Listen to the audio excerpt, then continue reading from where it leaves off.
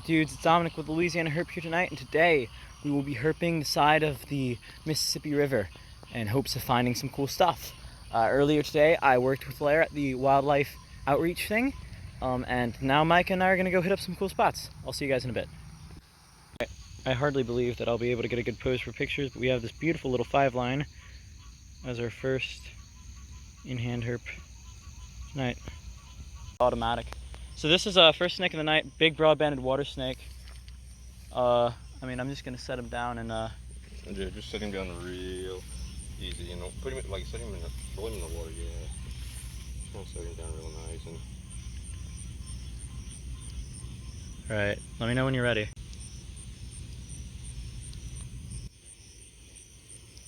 He's thin. He's like really thin. He's not that bad. Yeah, still thin though. Huh. You know why? Why? She just had babies. Oh yeah, that's gotta be it. Look at you go, girl. It's real pretty. Alright, we're just gonna leave this girl here. Check back in with you guys later. Guys, next herp of the night is just chilling here. It's just this little pretty green tree frog. You can kind of see him there. My light's a little bright, so we're gonna want to get a half shot like that. Hey, look at that little green tree frog. Second herp of the night, baby Nerodia. Or some sort of Anaxyrus just sitting here before it hops away. I wanted to show you guys. Right there. Anaxyrus fowleri, I believe. Fowler. As expected. Rough green. Oh, then I was going for this one. Because this one here, which one you want to get? That one or? Doesn't matter, I'm already here, I'll get this one. Okay, then I'll go get this one. The first two rough greens. Yeah, you bring me up whenever you pointed at that one. I thought I was off target. Yeah. And we were just tracking down two separate snakes. This one is not very happy with the fact that I've just grabbed him. Oh my gosh, I wonder if we're gonna get that beautiful display they do with the big gaping mouths. They have this beautiful black interior. No, he's just upset. So here's rough green number 1. Micah has rough green number 2, which I pointed out to you guys earlier.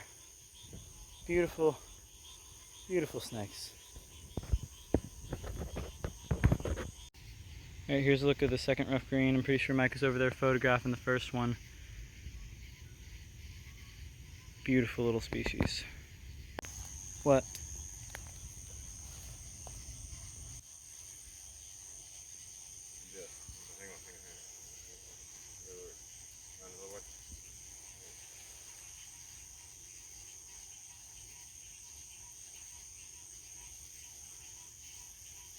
Yeah, there's number 1, number 2. This one's big. Yeah.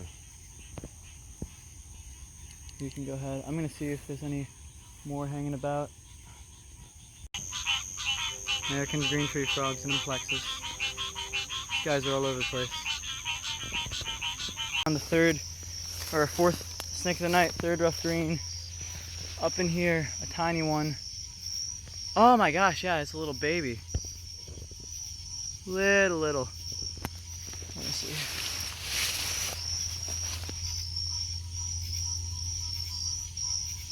Look at that. That is adorable. I guess I'm zooming in still.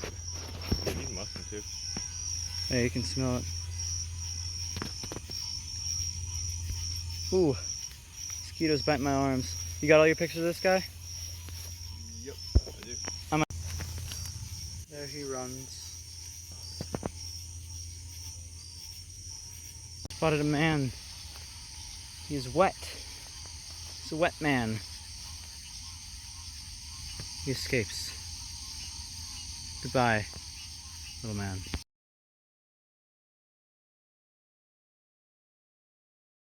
The light earlier, fourth snake of the night was the fifth snake of the light because we caught 2 Nerodia and 3 rough greens.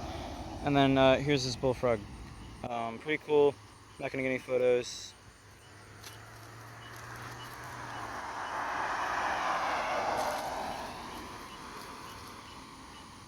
Yeah, I mean, I'm sure he'll figure it out at some point. But yeah, I'll see you guys in a bit.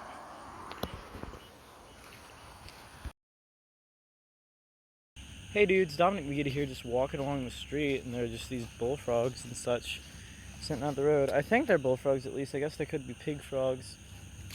Jeez, that surprised me. But yeah, I mean, I'm just walking along, seeing what's out, because it is pretty, it's not too late in the night. It's been a rainy day. You know, stuff should be on the move. So yeah, I'll check back in with you guys if I see anything else. Here tonight with my little brother Corbin, and I'm kind of showing him the ropes of the most basic forms of night herping and herp photography and whatnot. He recently took an interest in it, so I gave him one of my old cameras and my older headlight. So yeah, right, I let him borrow it. I wouldn't catch it, Corbin. I would just leave it undisturbed because it's in a really cool position and it was calling. So I would just leave it there. I have no qualms with you catching it if you really want to, though. Spotted our next calling green tree frog. Don't know how well you're going to be able to see it right there. He's much better at spotting them than I am because I've always had issues finding these guys when we can hear them. And he's just been nailing it, right? Whenever there's been one, I've been pointing out where it's coming from for him and he'll find it. It's pretty good. Good on you, Corbin. All right, we're going to keep on moving on. Oh, there is a... You can hear Lily in the background. Love you, Lily. And we've come across this large plain belly water snake. I'm pretty sure this is the one that just lives out here. Corbin's trying to get a picture now. You're going to want to do zoom as minimal as possible, Corbin. That'll be your best bet. Hey, buddy. It's about to dart. I'm going to turn off the camera now and try to catch it. The big Nerodia. Corbin, you already satisfied picture-wise? I didn't get that picture, but I don't mind. Okay, we'll go ahead and let it go. Go. Off she goes. Oh, all up in my net. Into the net. Oh, there she goes, off that way. Okay, we're good. All right, I'll check back in with you guys later. We got a little Coach tree frog calling up here.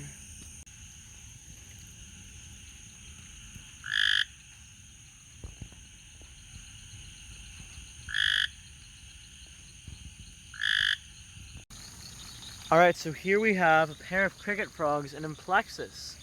It's pretty cool. This is the first time I've ever been able to witness cricket frog in Plexus. Very nice, very cool little find here. I'll probably get a photo and some more video. I'll see you guys in a bit. Move your camera, move your camera. More.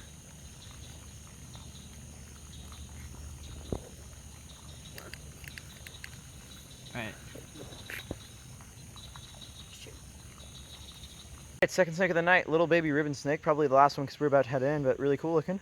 Little baby, just saw him slithering around in the glass. Love these guys. He looks to be an eastern ribbon snake. Pretty cool. I'll check back in with you guys later. Considering the fact that these are mainly diurnal and we found him slithering around in the middle of the wet night, he probably got flooded out of whatever hole he was hiding in.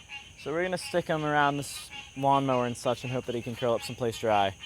We've seen a number of green frogs and Cope's gray frogs calling, and green tree frogs calling. Sorry, not green frogs calling, but there is a little green frog sitting right here. One I photographed before. This guy just kind of sits at the spot. I recognize him because of his weird kind of looking dorsolateral fold. Maybe he's like the son of one of the guys I've seen in the past. But he's pretty chill. We're just going to leave him here, but I thought I should show you guys. We're about to head into the night. And yeah, I guess I'll see you guys later. So I had to walk back up to my car because I wasn't really expecting to find anything this early on. But almost immediately, down in a culvert that I always went to investigate, we found this little spiny softshell. I'm 90% certain that this is the same little spiny softshell that we found not too long ago, actually. And I'm watching out because he's getting to the size where they start to bite. But I'm pretty sure it has, just based off of what size it is, where it's located, its demeanor. He's grown a little bit, not much, but still a fair bit. See back here, his shell has taken some wear. He also has a little leech up at the top of his shell, and we'll take care of that for him. You can see right there the reason they call them spiny soft shells is the spines. And I was informed while watching Smetlogic's video the other day that you can also tell spinies and smooth shells apart by their nostrils, although that will never focus. I know that smooths are a circle and spinies are something else, which those kind of look like C's. I think that is the term, is crescent versus circle. Dude, that guy, testosterone coming from that car. But yeah, pretty cool. I'm gonna try to get some good photos, and then we're gonna put him back in the little ditch where we caught him. Makes sense to me why some people can't like these turtles. I mean, just look at that shell. It's soft and unique and weird, and that adorable little pig nose. Oh, that's the face of evil. These are so cool. All right, I don't know if Davis is, woo, echo. I don't know if Davis will join us. If he does, we'll have another clip. But we're going to go ahead and release this guy for now. Should be relatively easy to find again, because they have a tendency to just go and bury in the nearest pile of sand, although this doesn't look like what he's doing. Maybe if I can convince him that it's the only way. There we go. Right there. Cool.